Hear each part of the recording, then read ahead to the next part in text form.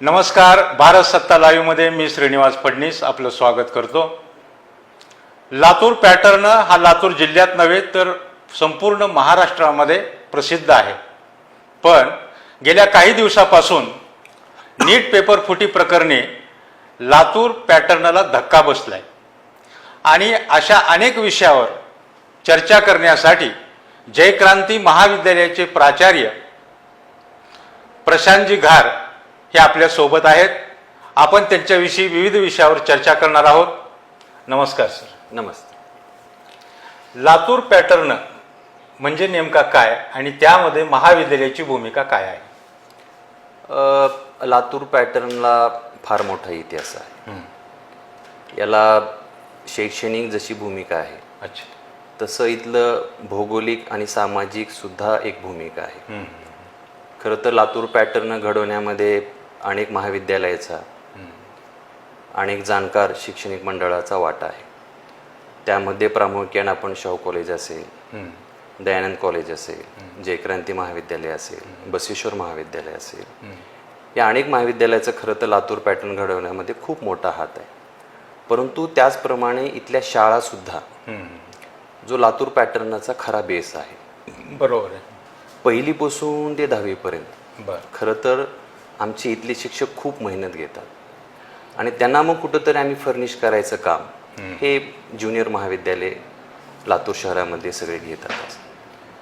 त्यात प्रामुख्याने लातूरचे जनक म्हणून ज्याच्याकडे आपण पाहतो जनार्दन वाघमारे सर असतील, अनिरुद्ध जाधव सर असतील, गोपाळराव पाटील साहेब असतील, या सर्वांनी खरं तर लातूर पॅटर्न संबंध महाराष्ट्रामध्ये विविध कन्सेप्टमधून पोहोचवण्याचा प्रयत्न केला. बरोबर. थोडंसं लातूर पॅटर्न समजून घेत असताना इथल्या शिक्षण पद्धती पण आपण समजून घेऊ आणि थोडंसं सामाजिक आणि भौगोलिक परिस्थिती पण समजून घेतली पाहिजे. ज्या पद्धतीनं विद्यार्थ्याला घडवण्यासाठी इथले शिक्षक, संस्थाचालक, प्राचार्य ज्या पद्धतीने मेहनत करतात त्याच पद्धतीनं त्यांचे आई वडील सुद्धा तेवढीच मेहनत आपल्या मुलांना चांगले शिक्षण देण्यासाठी करतात. बरोबर. त्याचं कारण परत मी तुम्हाला म्हणतो की सामाजिक आणि भौगोलिक आहे. भौगोलिक आहे. आपल्या मराठवाड्यामध्ये साधारणतः पाऊस किंवा निसर्गाची एवढी देणगी आपल्याला देण्यात आलेली नाही. बरोबर. आपल्याला नोकरीशिवाय पर्याय नाही. होय. आणि नोकरी जर मिळवायची असेल तर चांगलं शिक्षण घेतल्याशिवाय पर्याय नाही. बरोबर. आपण संबंध महाराष्ट्राचा मध्ये त्यातल्या त्यात पश्चिम महाराष्ट्राचा जर अभ्यास केला तर तिथं आपल्या एवढी मेहनत का केली जात नाही, कारण तिथं नैसर्गिक आणि भौगोलिक परिस्थिती खूप चांगली आहे. बरोबर. जर तिथं बऱ्यापैकी जरी नाही शिक्षण घेतलं तर तो व्यवसाय म्हणून तिथं चांगल्या पद्धतीने शेती असेल किंवा अनेक व्यवसाय तिथं करू शकतो. परंतु लातूर मराठवाड्यामध्ये तशी परिस्थिती नाही. आणि ही कुठं तर लातूरच्या जाणकार मंडळींनी ओळखले की आपल्याला चांगलं शिक्षण दिलं तर आपल्याला लातूरची परिस्थिती चांगल्या पद्धतीने सुधारता येईल. आणि मग त्याच्यामध्ये सगळ्या शैक्षणिक संस्था पुढाकार घेतला आणि शैक्षणिक महाविद्यालय, शाळा असतील याच्यामध्ये गुणात्मक स्पर्धा आहे, गुणात्मक ना की आर्थिक स्पर्धा. बरोबर.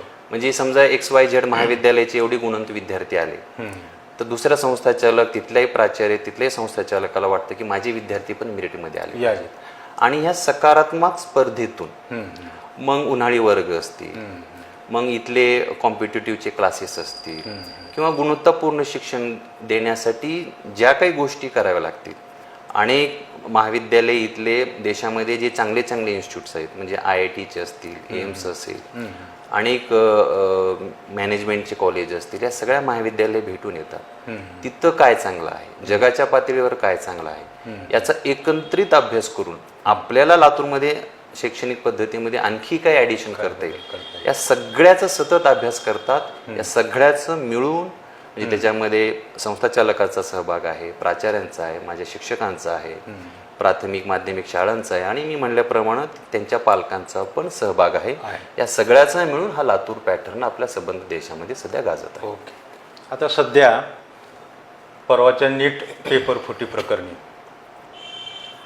जे नीट पेपर फुटी प्रकरण झालं आणि त्याचे काही लोकांमुळं लातूरमध्ये पडसाद उमटले, याचा परिणाम लातूर पॅटर्नवर झाला आहे का असं तुम्हाला काय वाटतं? नाही, लातूर पॅटर्नवर परिणाम होणार नाही हे मी ठाम सांगतो तुम्हाला.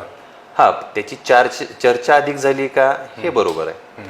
लातूर पॅटर्न आजच काय अशा संकट काळातून गेलेला नाही. हां. पण मुळात तत्पूर्वी मला तुम्हाला सांगायचं आहे की ऍक्च्युली ही नीट परीक्षाच एक मोठा स्कॅम आहे. बरं बरं आमचं मत आहे की पूर्वी ऍक्च्युली ही नीट परीक्षा का लागू केल्याची थोडीशी आपण पार्श्वभूमी लक्षात घेऊ. ठीक आहे. पूर्वी मेडिकल कॉलेजला जाण्यासाठी प्रत्येक मेडिकल कॉलेज म्हणजे प्रायव्हेट असेल, डीम्ड असेल आणि गव्हर्नमेंट असेल असे त्याचं बायफिकेशन्स आहे. बरं. आणि मग प्रत्येकाची वेगवेगळी परीक्षा होती. हो. मग ही परीक्षा देत असताना पालकांना विद्यार्थ्यांना जो आर्थिक ताण पडत होता आणि त्याचा वेगवेगळा जो अभ्यास होता हा सगळा कमी करण्यासाठी नीट परीक्षा लागू करण्यात आली. बरं. परंतु त्याच्यामध्ये आजही 85% कोटा हा स्थानिकसाठी आहे आणि 15% कोटा हा बाहेरच्या विद्यार्थी परराज्यासाठी आहे. परंतु ही परीक्षा लागू करत असताना तिथल्या तज्ज्ञांनी कुठलाही विचार न करता 2014ला ही परीक्षा लागू करण्यात आली. म्हणजे आता जे भारत सरकारचं धोरण आहे की एक देश एक परीक्षा, परंतु एक देश एक परीक्षा करत असताना तुम्ही अगोदर एक देश एक सिलेबस ठेवलात का? नाही ठेवलं. आता जी परीक्षा होती म्हणजे 2014ला जेव्हा नीट लागू झाली त्यावेळेस नीटची परीक्षा आहे पूर्णपणे NCERTच्या पाठ्यक्रमावर अवलंबून होती. बरोबर. आणि आम्हाला जे शिकवायला सांगत होतं महाविद्यालयामध्ये की तुम्ही फक्त बोर्ड शिकवा, जे की त्याच्या आणि याच्या सिलेबसमध्ये आतापर्यंत म्हणजे 2020 पर्यंत खूप मोठी तफावत होती. परंतु 2020 पासून ते आज 2026 पर्यंत जवळपास NCERT आणि बोर्डाचा सिलेबस सारखाच आहे. बरं. फक्त परीक्षा घेण्याची पद्धत वेगळी आहे. आपल्याकडे जी परीक्षा बोर्डाची घेतली जाते ती डिस्क्रिप्टिव्ह परीक्षा घेतली जाते आणि NCERT जी परीक्षा घेतली जाते ती MCQ पॅटर्नवर घेतली जाते. बरोबर. आज जर आपल्या NCERT आणि जर बोर्डाच्या अभ्यासक्रमामध्ये जर तफावत करण्याचा आले तर अभ्यासक्रम हा सेमच आहे, फक्त परीक्षा पद्धत वेगळी परीक्षा आहे. घेण्याची पद्धत जर शासनाने परीक्षा पद्धत जर त्याच्यासारखीच केली तर मात्र हा जो काही आर्थिक लालसापोटी जो पेपरफुटी प्रकरण आहे आणि इथंच हे पेपर प्रकरण थांबणार नाही.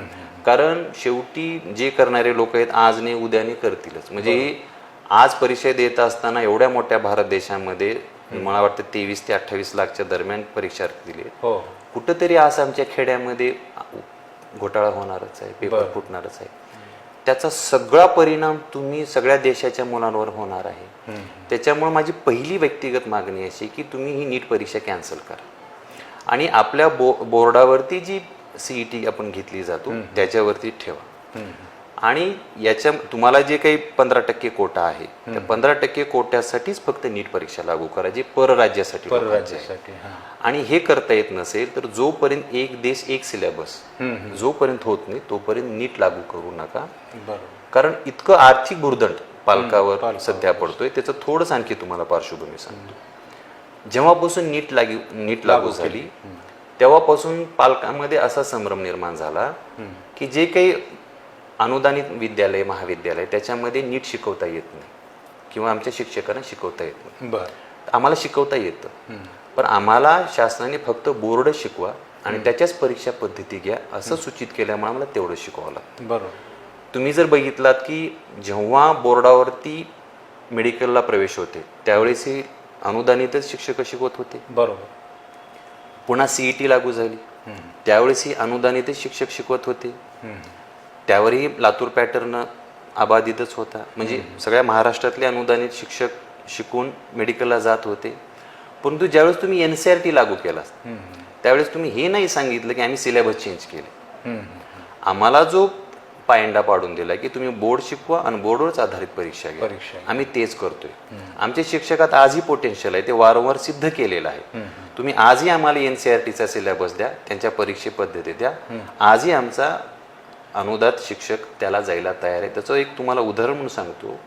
आज जे नीट प्रकरण पेपरमध्ये जे काही व्यक्ती सहभागी आहेत ते कोण आहेत तर अनुदानित विद्यालयाचे शिक्षक आहेत. म्हणजे आमच्यावर जो आरोप केला जातो की अनुदानित शिक्षक हे NCERTचं शिकवत नाहीत, पेपर कोण तयार केला? अनुदानित शिक्षक. आमच्या अनुदानित शिक्षक म्हणजे त्यांच्याकडे कॅपॅसिटी आहे, ते करू शकतात. फक्त आम्हाला तुम्ही ते स्ट्रक्चर देत नाही. आणि ह्या स्ट्रक्चरमध्ये संबंध समाजामध्ये असा संभ्रम निर्माण झालेला आहे की अनुदानित शिक्षक हे NCERTचं शिकू शकत नाहीत किंवा नीट आणि JEE शिकू शकत नाहीत. ते शिकू शकतात, चांगल्या पद्धतीने शिकू शकतात, वारंवार ते सिद्ध केलेलं आहे. फक्त आमची परीक्षाचा सिलेबस आणि पॅटर्न एकच ठेवा बरं, आता याच धर्तीवर मला प्रश्न विचारायचा आहे. मग आता एक कोचिंग क्लासेसकडे विद्यार्थ्यांचा जाण्याचा कल ह्याच गोष्टीमुळे वाढला का? याच गोष्टीमुळे वाढला आहे. कारण आम्ही जे शिकवतो त्या शिकवण्यावर जी परीक्षा होते ती परीक्षा NCERT नाही घेत. आणि त्याचं स्ट्रक्चर चेंज झाल्यामुळं बाहेर जे कोचिंग क्लासेस वाढले, तुम्ही जर कोचिंग क्लासेस वाढण्याचा जर कालखंड बघितलात तर 2014 पासूनच सुरू झालेला आहे. 2014च्या पूर्वी कोचिंग क्लासेसचा एवढा प्रभाव पालकावर विद्यार्थ्यांवर नव्हता. बरोबर. पूर्वी मेडिकल कॉलेजला विद्यार्थी जात होते, बोर्डाच्याच अभ्यासक्रमावर जात होते. CET होती ना त्यावेळेस. हो, हां. बोर्डाच्या परीक्षेचा सिलेबसच CETवर असल्यामुळे आमचे शिक्षक शिकू शकतो. ते तुम्ही अचानक कुठलेही सजेशन न घेता तुम्ही डायरेक्ट 2014ला NCERT लागू करताय. आम्ही बोर्ड शिकवायचं का NCERT? समजा आता शासनाकडे तुमची अशी मागणी आहे, जर तुम्ही आता ही नीट जर चालू ठेवली तर बोर्डाचा अभ्यासक्रम त्याच पद्धतीने ठेवा तुम्ही. एक तर मी म्हणतो जोपर्यंत एक देश एक सिलेबस होत नाही तोपर्यंत नॅशनल लेवलला अशा परीक्षा संबंधित देशामध्ये ठेवू नका. जसं आता तुम्हाला एक छोटं उदाहरण द्यायचं की physics, chemistry, math, biology, English, बरोबर, याच्या सगळ्या कन्सेप्ट सारख्या आहेत. जगाच्या पातळीवर म्हणतोय, भारत सोडा, कुठेही जावा त्याच्या कन्सेप्ट चेंज होत नाहीत. अभ्यासक्रमच कुठं चेंज करता. सोशल सायन्स जे आहे, इतिहास, भूगोल, तिथली लँग्वेज. माझं तर असं म्हणणं आहे की जसं MPSCला UPSCला पेपर 1 पेपर 2 घेतला जातो तसं फिजिक्स, केमिस्ट्री, बायोलॉजी नीटसाठी, फिजिक्स, केमिस्ट्री, मॅथ JEEसाठी आणि सोशल सायन्सचा एक पेपर ॲड करा तुम्ही त्याच्यामध्ये. तरीही 2 परीक्षा जर 2 पेपर झाले फर्स्ट आणि सेकंड तरी अशी होणार नाही. परत मी तुम्हाला सांगतो, जोपर्यंत एक देश एक सिलेबस होत नाही तोपर्यंत अशा परीक्षा घेऊ नयेत. बरं, मला दुसरा एक प्रश्न असा विचारायचा की ज्यावेळेस लातूर पॅटर्नमध्ये आपल्या राज्याचे माजी मुख्यमंत्री कैलासवासी विलासराव देशमुख साहेबांनी लातूरला बोर्ड आणला. त्यावेळेस बोर्ड नव्हता विशेष. बरोबर. आणि गुणवत्ता यादी ज्यावेळेस चालू होती त्यावेळेस बरेच विद्यार्थी आपल्या राज्यामध्ये पहिले आले आणि ते विद्यार्थी डॉक्टर या फील्डमध्ये गेले. हो.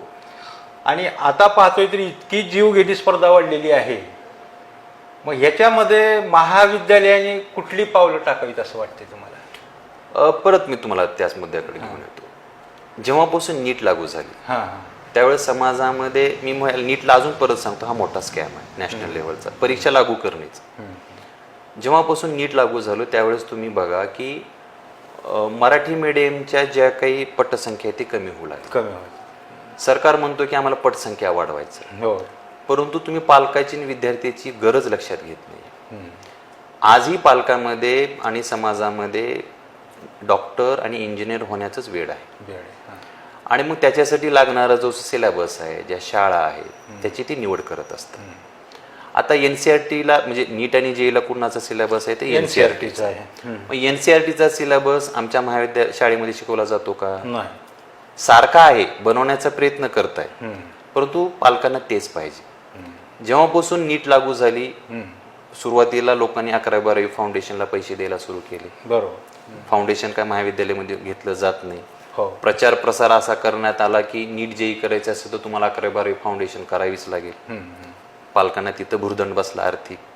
त्याच्यानंतर आणखी थोडंसं खाली आलं, 8वी 9वी 10वीला सुद्धा फाउंडेशन करावं लागेल. बरोबर. मग तुमचं नीट आणि JEE क्वालिफाय तुम्ही करू शकता. परत पुन्हा त्यांना आर्थिक भुर्दंड बसायला सुरू झाला. आणि मग पुन्हा असं झालं की आपण पहिलीपासूनच CBSEला टाकलो तर, कारण CBSE सिलेबस NCERT बोर्डाच्यावर डिपेंड आहे. परत तुम्ही पहिलीला CBSEला टाकलात आणि आज CBSEचा एका पालकाचा खर्च एका त्याच्या मुलासाठी 1 लाख रुपये. बरोबर. मग मला सांगा, हा सगळा जो घोळ आहे तो कशामुळे सुरू झाला? फक्त एका नीट परीक्षेमुळे. पूर्वी ज्यावेळेस आपल्या बोर्डावरती मुलं मेडिकलला लागायचे त्यावेळेस 1ली ते 10वी पर्यंत मोफत शिक्षण होतं. 100 रुपये सुद्धा फीस नाही लागायची. बरोबर. फक्त 10वी बोर्डाची काही जी आपण फीस भरतो नॉमिनल तेवढीच. आता मला एक सांगा की याच्यामध्ये शासनानं आपली भूमिका बदलणं गरजेचं आहे. 100%. कारण तुम्ही म्हणताय ती बरोबर आहे, कारण पटसंख्या मराठी माध्यमांच्या शाळांची कमी होत आहे, संचमध्ये शिक्षक ते कमी होत आहेत. बरोबर आहे. आणि इकडं का कमी होत आहे त्याचा शोध शासन घेत नाही. बरोबर. ही फॅक्ट आहे सध्या. पण आता वरचीवर तर स्पर्धा वाढत चाललेली आहे आणि महाविद्यालयाला त्याची गुणवत्ता टिकवणं हे आता खूप गरजेचं आहे. आता शासन जेव्हा बदलेल त्यावेळेस बदलेला अभ्यास किंवा काय निर्णय घ्यायचा घेईल, पण तुमच्या माध्यमातून काय प्रयत्न असतील विद्यार्थ्यांसाठी? बरोबर. आम्ही म्हणजे आता मी तेच म्हणलं ना की लातूर शहरामधले अनेक महाविद्यालय हे प्रयत्न करत आहेत, म्हणजे बोर्डाचंही शिकवत आहेत आणि पॅरलली NCERTचा अभ्यासक्रम पण शिकवत आहेत. हां हां हां. परंतु त्याचा पुन्हा मी सांगतो की पालकावर त्याचा आर्थिक भुर्दंड बसतो. कारण NCERTचं शिकवण्यासाठी आम्हाला वेगळे टीचर अपॉइंटमेंट करावे लागतात संस्थेमार्फत, संस्था. आणि मग त्याचा लागणारा जो पगाराचा खर्च आहे ते शेवटी आम्हाला पालकावरच टाकावा लागणार आहे. बरोबर. कारण शासन त्याला 1 रुपया अनुदान देत नाही. होय होय. म्हणून म्हणतोय की तुम्ही फक्त CETवर मेडिकलची परीक्षा घ्या. नसेल तर परत सांगतोय की एक देश एक सिलेबस जोपर्यंत होत नाही तोपर्यंत अशा परीक्षा लागू करू नका.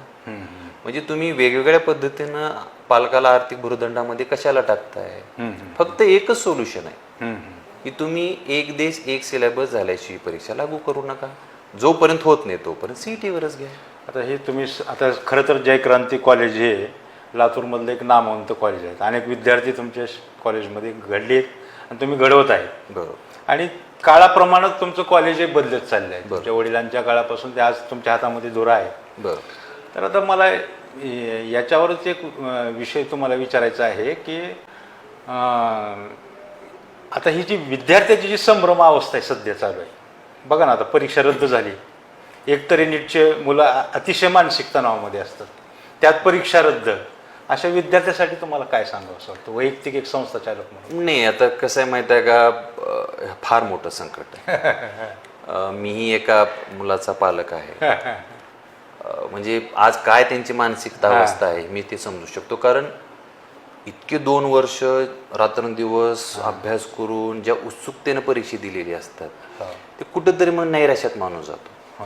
आता याच्यामध्ये आमच्यापेक्षा जोपर्यंत परीक्षा होत नाही तोपर्यंत त्यांच्या आईवडिलांनी त्याला मानसिक आधार देणं गरजेचं आहे. ठीक आहे बेटा, तू सक्सेस नाही झाला तर आपण परत एकदा परीक्षा दे, परंतु डिसमोड होऊ नको, काहीतरी आत्महत्या करण्याचा प्रयत्न करू नको. आई वडील म्हणून जेवढं त्यांना सांत्वन देता येईल, मानसिक आधार देता येईल, त्याच्या छोट्या छोट्या गोष्टीवर लक्ष ठेवून मग तो एक दिवस काही नाराज झाला त्याच्या संग चर्चा करा. राहू दे म्हणजे परीक्षाच देऊ नको, काय बंद पडणार नाही, पुन्हा दे, पण तू काहीतरी वाईट विचार आणू नको. आता फक्त मानसिक आधार देणं हाच खरं तर समाजाचं, शिक्षकांचं आणि त्यांच्या कर्तव्य, महत्त्वपूर्ण त्यांच्या आई वडिलांचं काम. शेवटचा मी प्रश्न विचारतो तुम्हाला. आता तुम्ही जे म्हणतायत की जो अभ्यासक्रम आहे त्याप्रमाणे परीक्षा नाही आहे, म्हणजे परीक्षा होत नाही आहे, केंद्रस्तरीय परीक्षा होते. मग आता तुम्ही सगळे हे संस्था चालक आहेत, सर्व प्राचार्य आहे, मग तुमच्या म्हणजे विचार आलाच असेल की बाबा आपण सरकारला या, तुम्ही जे आता बोललात सगळ्यांनी मिळून तुमच्या संघटनेने समजा निवेदन द्यावं, असा कधी प्रयत्न झाला का आपल्याकडे? मागल्या 4 वर्षापासून मी प्रयत्न करतो. बरं, कितपत यश आलं त्याला? मी अनेक आमदारांना भेटलो, त्यांना पत्र दिलं. तर शिक्षक आमदार तर इथलेच आहेत? नाही, आता व्यक्तिगत कोणाला घेता मी सामूहिक सर्वच आमदारांना भेटलो, पण ते सांगितले की नॅशनल पॉलिसी, आम्ही याच्यामध्ये शासन म्हणून हस्तक्षेप नाही करू शकत. तमिळनाडूच्या सरकारने विरोध केलेला आहे पूर्वीपासून, ते म्हणतात बोर्डावरतीच घ्या. मला वाटते कर्नाटकच्या सरकारनं पण विरोध केलेला आहे. तर एक सामूहिक स्टेट वाईज जर सर्वांनी एकत्र येऊन जर विरोध केला तर ते होईल. मी आता हे कसं आहे, परत म्हणतो मी तुम्हाला, हा नीट परीक्षा लागू करणंच मोठा स्कॅम आहे. त्या पाठीमागे कोण कोण कोण काय मला माहित नाही, त्यांचे व्यक्तिगत काय स्वार्थ दडलेत मला माहित नाही. आणि तेव्हापासूनच तुम्हाला मग ACBC स्कूल झालेले दिसतील किंवा नॅशनल लेवलचे कोचिंग क्लासेस आता तालुक्या लेवल आणि जिल्हा लेवल आलेले दिसतील. हा मोठा स्कॅम आहे.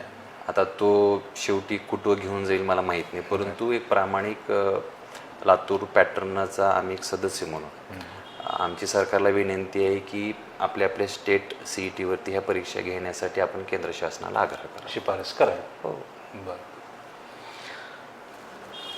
तर हे होते जय क्रांती महाविद्यालयाचे प्राचार्य प्रशांतजी घार सर. यांच्या मुलाखतीतून एक गोष्ट मात्र नक्की जाणवते, आता सध्या लातूर पॅटर्नमुळे कोचिंग क्लासेसकडे प्रवाह वाढलेला आहे, ते मान्य करतायत. पण याचं नेमकं कारण त्यांनी आपल्या मुलाखतीमध्ये दिले आहे की जसा बोर्डाचा अभ्यासक्रम आहे त्याप्रमाणे जर राज्यस्तरीय CET परीक्षा घेण्यात आली तर तो विद्यार्थी जातो. 15% ते म्हणतात की बाबा केंद्रीय पद्धतीने घेतली हरकत नाही, पण केंद्राची जी पद्धत आहे आणि मूळ जो अभ्यासक्रम आहे यामुळे विद्यार्थ्यांची गळचेपी मोठ्या प्रमाणामध्ये होत आहे आणि इतकी स्पर्धा वाढलेली आहे.